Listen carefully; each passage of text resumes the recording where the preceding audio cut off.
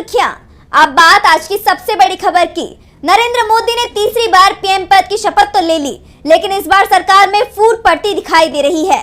आज ओडिशा में बीजेपी और आंध्र प्रदेश में टीडीपी की सरकार बनी। टीडीपी एनडीए का ही हिस्सा है, लेकिन शपथ ग्रहण समारोह के साथ ही एनडीए की टूट के संकेत दिखाई देने लगे। तो कैसे बिखर रहा है एनडीए, देखिए इस रिपोर्ट में। केंद्र की एनडीए सरकार मुश्किल में दिखाई दे रही है। नरेंद्र मोदी के पीएम बनने के 3 दिन में ही सरकार के खिलाफ बगावत के संकेत मिल रहे हैं। बुधवार को आंध्र प्रदेश और ओडिशा में नई सरकार का शपथ ग्रहण हुआ और इस दौरान एनडीए की दरार खुलकर सामने आ गई। आंध्र प्रदेश में चंद्रबाबू नायडू के शपथ ग्रहण से नीतीश कुमार ने दूरी बना ली। दावा किया जा रहा है कि नीतीश कुमार केंद्र में 2 मंत्री पद मिलने से नाराज हैं। साथ ही मंत्रालयों को लेकर भी उनकी नाराजगी बनी हुई है और इसीलिए वो ना तो चंद्रबाबू नायडू के शपथ ग्रहण समारोह में गए और ना ही मोहन मांझी के शपथ ग्रहण समारोह में। दावा किया जा रहा है कि नीतीश कुमार पीएम मोदी के साथ मंच साझा करने को भी तैयार नहीं है, जिस कारण से उन्होंने इन कार्यक्रमों से दूरी बना ली है। इसके साथ ही एनसीपी चीफ अजित पवार भी शपथ ग्रहण कार्यक्रम में नहीं पहुंचे।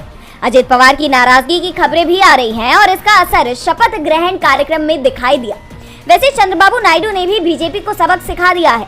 बीजेपी ने 16 सांसदों वाली टीडीपी को केंद्र सरकार में सिर्फ 2 मंत्री पद दिए हैं, तो नायडू ने भी आंध्र प्रदेश में 8 विधायकों वाली बीजेपी को 1 ही मंत्री पद दिया है, जबकि बीजेपी की तरफ से 2 मंत्री पद मांगे गए थे।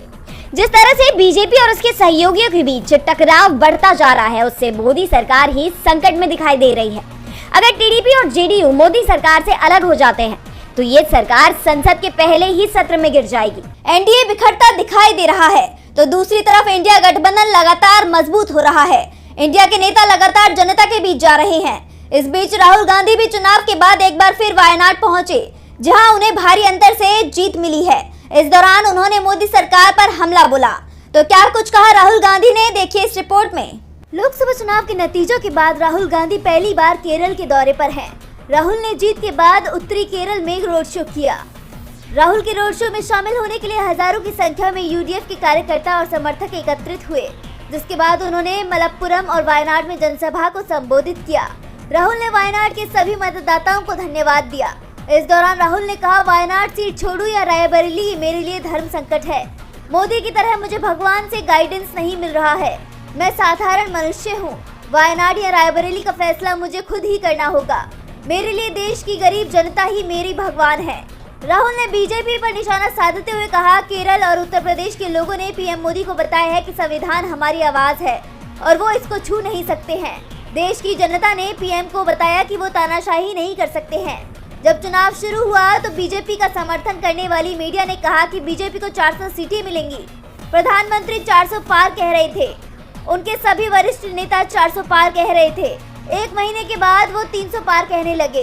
कुछ समय बाद 200 पार और सभी ने चुनाव का परिणाम देखा। ये कोई सामान्य चुनाव नहीं था। इंडिया गठबंधन के खिलाफ पूरी मीडिया था। सीबीआई, ईडी और पूरा प्रशासन हमारे खिलाफ था। चुनाव आयोग ने प्रधानमंत्री के अनुकूल चुनाव की रूपरेखा तैयार की।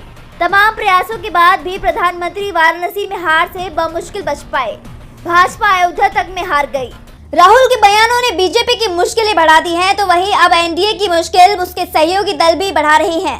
एनडीए गठबंधन की सरकार तो बन गई है, लेकिन ये सरकार कब तक चलेगी, इस पर संशय है। गठबंधन के बिखरने की खबरें तूल पकड़ती जा रही हैं। महाराष्ट्र से एनडीए में टूट की खबरें सामने आई हैं। इस बीच आरएसएस से जुड़ी ऑर्गेनाइजर पत्रिका में संघ के बयान ने राजनीति की दुनिया में खलबली मचा दी है। देखिए ये रिपोर्ट।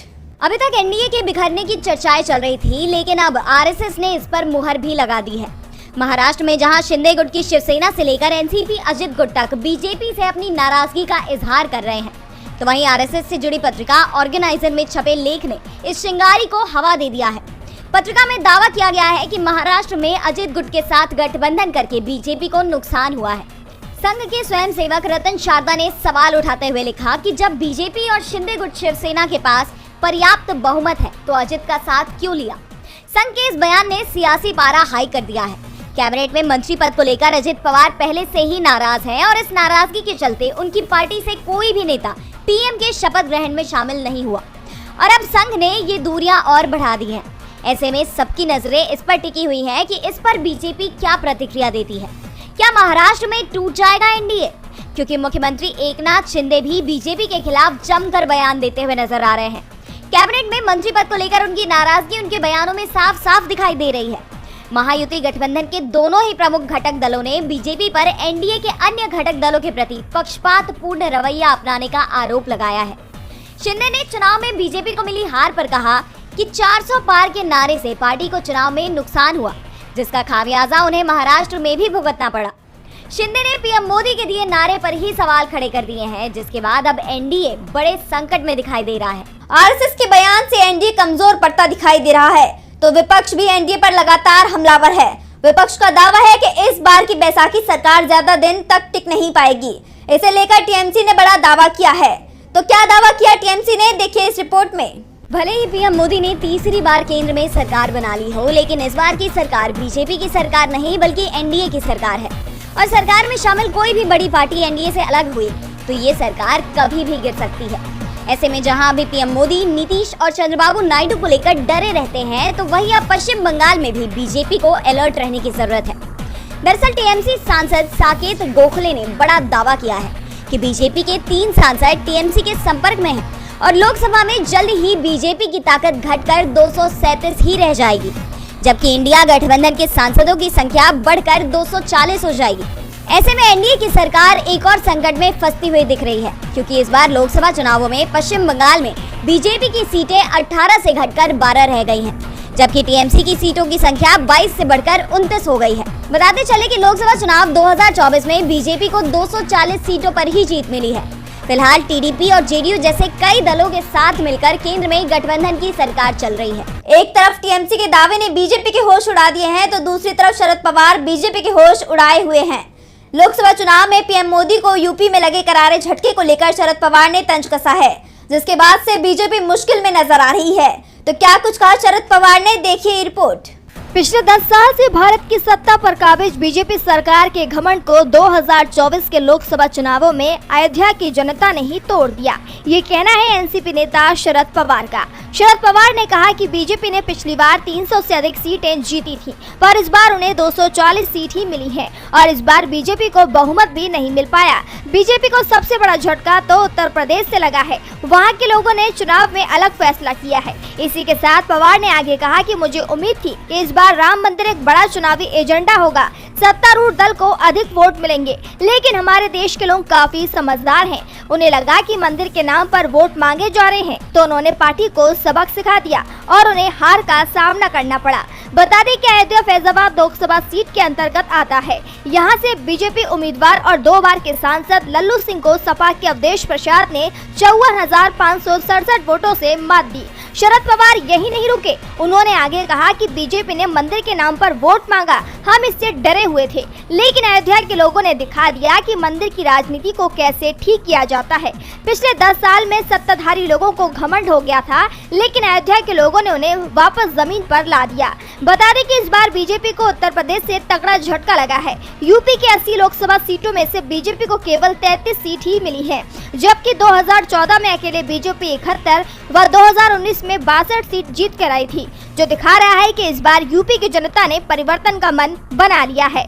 बीजेपी का राम मंदिर मुद्दा फेल हो गया, पार्टी को जबरदस्त हार मिली, अयोध्या सीट भी हार गई। किसी तरह से सरकार जरूर बना ली, लेकिन सरकार कब तक चलेगी, इस पर सवाल उठने लगे हैं। अब संसद सत्र की शुरुआत की तारीख भी सामने आ गई है, जिसमें सरकार की पहली बड़ी परीक्षा भी होनी है। तो कब से शुरू हो रहा है संसद सत्र, देखिए रिपोर्ट। आज केंद्रीय मंत्री किरण रिजिजू ने 18वीं लोकसभा के विशेष सत्र की तारीख को लेकर अहम जानकारी दी। उन्होंने बताया कि लोकसभा का विशेष सत्र 24 जून से शुरू होगा। सत्र के दौरान पहले के 2 दिन यानी 24 और 25 जून को नवनिर्वाचित सांसदों का शपथ ग्रहण होने की उम्मीद है। शपथ ग्रहण के बाद सभी सांसद लोकसभा के अध्यक्ष का चयन करेंगे। 26 जून को लोकसभा में स्पीकर का चुनाव होना है और इस चुनाव में ये साफ हो जाएगा कि मोदी सरकार कितनी मजबूत है। आपको बता दें कि 27 जून से राज्यसभा का सत्र शुरू होना है और 27 जून को ही राष्ट्रपति द्रौपदी मुर्मू दोनों सदनों की संयुक्त बैठक को संबोधित करेंगी। इस दौरान राष्ट्रपति नई सरकार के 5 साल के रोडमैप की रूपरेखा पेश करेंगे। लोकसभा और राज्यसभा दोनों ही सदनों का सत्र 3 जुलाई तक चलेंगे। देखा जाए तो सदन में इस बार विपक्ष पहले की तुलना में ज्यादा मजबूत नजर आने वाला है। ऐसे में सदन की कार्यवाही के दौरान विभिन्न मुद्दों पर विपक्ष द्वारा मोदी सरकार को घेरे जाने की पूरी उम्मीद है। संसद में जहां सभी नवनिर्वाचित सांसदों का शपथ ग्रहण होगा और फिर स्पीकर का चुनाव जो तय करेगा मोदी सरकार के पास कितना समर्थन है।